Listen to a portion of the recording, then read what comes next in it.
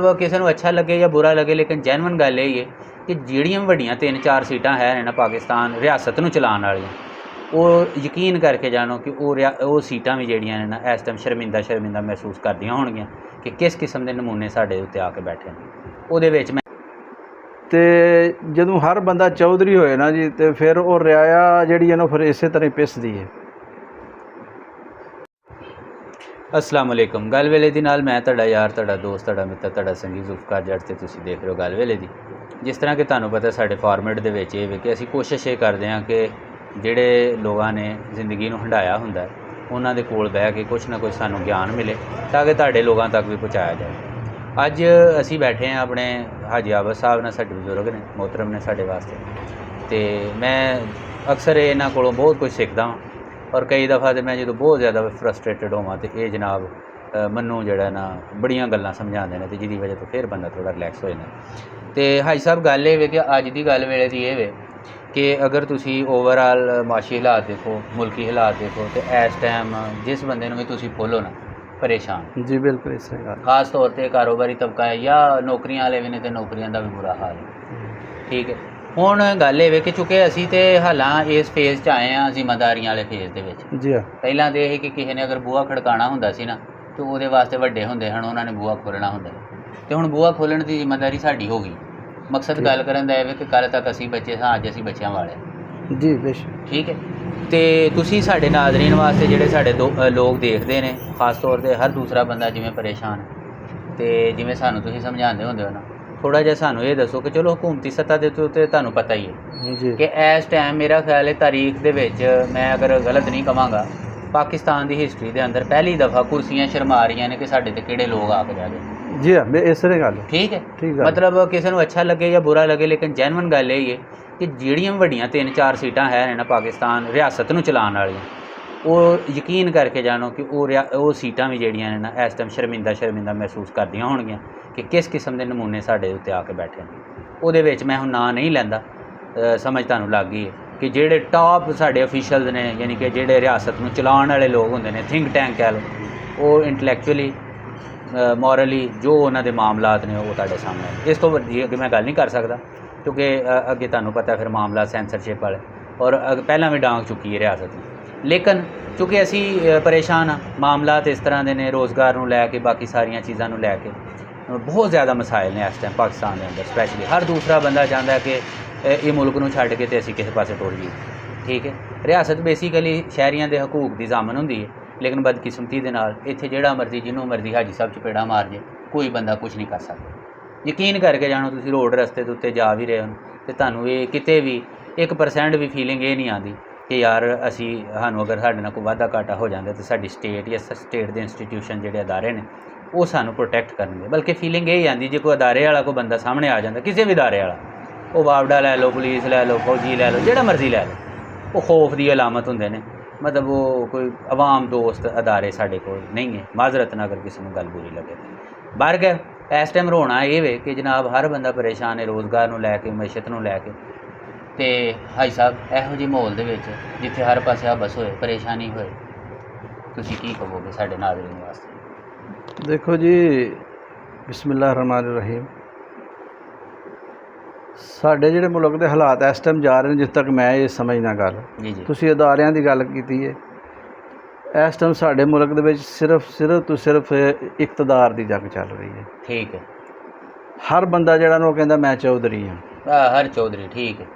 ठीक है, तो जदों हर बंदा चौधरी होए ना जी, तो फिर वो रियाया जिहड़ी है ना फिर इसे तरह पिसदी है।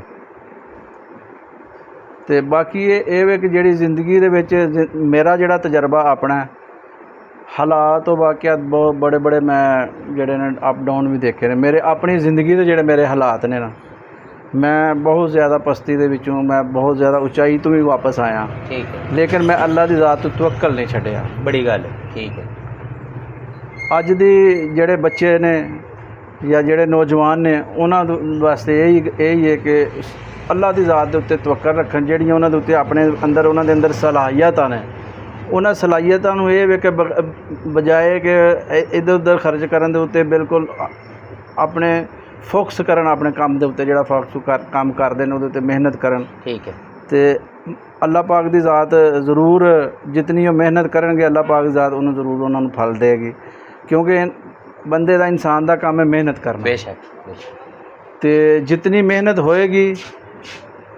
ਉਤਨੀ ਮਿਹਨਤ ਦਾ ਫਲ ਅੱਲਾਹ ਪਾਕ ਦੀ ਜ਼ਾਤ ਜ਼ਰੂਰ ਬੰਦੇ ਨੂੰ ਦਿੰਦੇ ਨੇ। ਬਿਲਕੁਲ ਠੀਕ ਹੈ।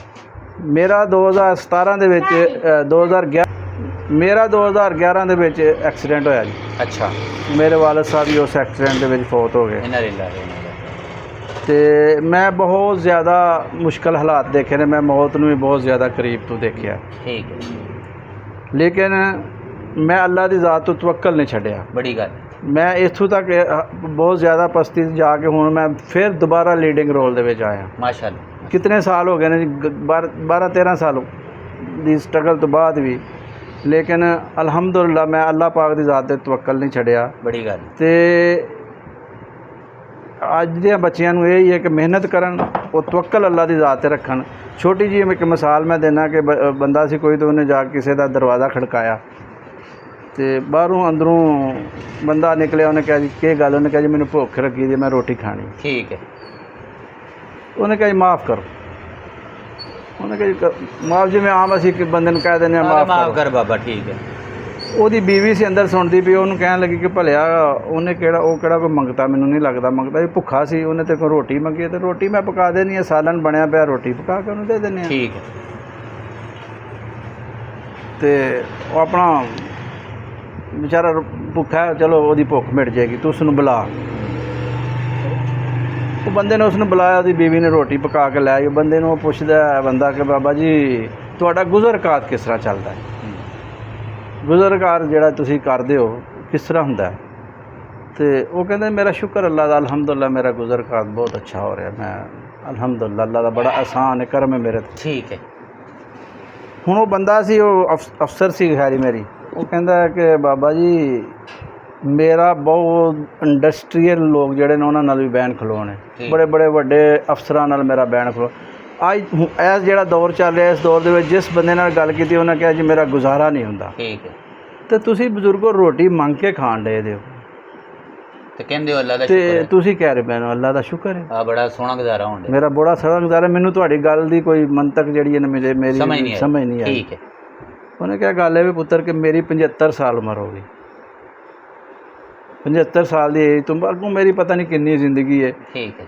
ਮੇਰੀ 2 ਬੇਟੇ, ਇੱਕ ਮੇਰਾ ਬੇਟਾ, 2 ਮੇਰੀਆਂ ਬੇਟੀਆਂ ਨੇ। ਇੱਕ ਬੇਟੀ ਨੂੰ ਮੈਂ ਮਿਲਿਆ, ਦੂਸਰੀ ਨੂੰ ਮੈਂ ਮਿਲ ਕੇ ਵਾਪਸ ਘਰ ਚਲਾ ਜਾਣਾ। ਮੇਰੇ ਕੋਲ 5 ਰੁਪਏ ਨੇ। ਠੀਕ ਹੈ। ਇਹ 5 ਰੁਪਏ ਮੈਂ ਬੱਸ ਦਾ ਕਿਰਾਇਆ ਦੇਣਾ ਤੇ ਮੈਂ ਆਪਣੇ ਘਰ ਚਲਾ ਜਾਣਾ। 75 ਸਾਲਾਂ ਦੇ ਵਿੱਚ ਮੈਨੂੰ ਨਹੀਂ ਇਹ ਯਾਦ ਪੈਂਦਾ ਕਿ ਮੈਂ ਕਦੀ ਭੁੱਖਾ ਸੁੱਤਾ ਹੋਵਾਂ। ਅੱਲਾਹ ਅਕਬਰ। ਤੇ ਮੈਂ ਅੱਲਾਹ ਪਾਕ ਦਾ ਸ਼ੁਕਰ ਅਦਾ ਕਿਉਂ ਨਾ ਕਰਾਂ? ਬੇਸ਼ੱਕ। ਤੇ ਗੱਲ ਇਹ ਵੀ ਕਿ ਅੱਲਾਹ ਪਾਕ ਦਾ ਸ਼ੁਕਰ ਬੰਦੇ ਨੂੰ, ਇਨਸਾਨ ਨੂੰ ਹਰ ਹਾਲ 'ਚ ਅਦਾ ਕਰਨਾ ਚਾਹੀਦਾ। ਸਟਰਗਲ ਕਰਨੀ ਚਾਹੀਦੀ ਹੈ, ਮਿਹਨਤ ਕਰਨੀ ਚਾਹੀਦੀ ਹੈ, ਤੇ ਤਵੱਕਲ ਅੱਲਾਹ ਦੀ ਜ਼ਾਤ ਤੋਂ ਨਹੀਂ ਛੱਡਣਾ ਚਾਹੀਦਾ। ਤਵੱਕਲ ਜਿਹੜਾ ਅੱਲਾਹ ਪਾਕ ਦੀ ਜ਼ਾਤ ਹੈ, ਉਹ ਤਵੱਕਲ ਪੂਰਾ ਰੱਖੋ। इंशाअल्लाह अल्लाह पाक दी ज़ात कोई ना कोई सबब मतलब सबब पैदा कर देंदा है। बाकी ये जिहड़े हुक्मरान है ना, इन्हां कोल इन्हां वास्ते दुआ असीं करने अल्लाह पाक दी ज़ात इन्हां नूं हदायत देवे। ते बद दुआ तो चलो असीं नहीं करदे इन्हां लई, असीं सिर्फ इन्हां दी हदायत लई दुआ करने भी अल्लाह पाक दी ज़ात इन्हां नूं हदायत दे। लेकिन अल्लाह पाक कहंदा कि जिहड़ा बंदा जिस चीज़ का तालब होए ना, मैं उहनूं ओही चीज़ देना। तो जे अगर हदायत दे तालब ने तो इन्हां नूं हदायत आ जाए, जे हदायत दे तालब ने तो फिर अल्लाह पाक इन्हां नूं चौकी लवे। आमीन। हाँ जी। लो जी, सब तो जी गल। हाँ जी बिल्कुल गल ये कि जी हाजी साहब का एक्सपोजर ना सिर्फ पाकिस्तान के अंदर बल्कि हाजी साहब ने जिंदगी का एक बहुत बड़ा हिस्सा जोड़ा है वो सऊदी अरब भी गुजारा है। सो इस किस्म के जोड़े साढ़े वड्डे ने जिन्हों ने अपनी जिंदगी नूं, अमली जिंदगी नूं बड़ी दूर तक परदेस कट्टे ने, सारा कुछ किया है। ठीक है। उन्हां कोलों जिहड़ियां गल्लां सानूं लभदियां ने ना, वो सानूं होर कितों नहीं लभदियां। ठीक है। तो अज की गल वेले दी विच जिहड़ी चीज़ सानूं समझ आई वो है कि भाई हालात जिवें दे मर्जी होण, हुकूमतां तुहाडे हक च होण या तुहाडे खिलाफ होण, ऐसा तो नहीं है कि सिर्फ साडा ही मुल्क हो, साडे तो भी गए गुजरे बड़े मुल्क है। तो हर हाल दे विच रब दी ज़ात ते तवक्कल करना है और अल्लाह दी ज़ात दा दामन कदे नहीं छड्डना, उहदे कोलों ही मंगना है। तो ओही तुहाडा पालनहार है, जिथे जिथे भी हसदे रहो, वसदे रहो, रब रख।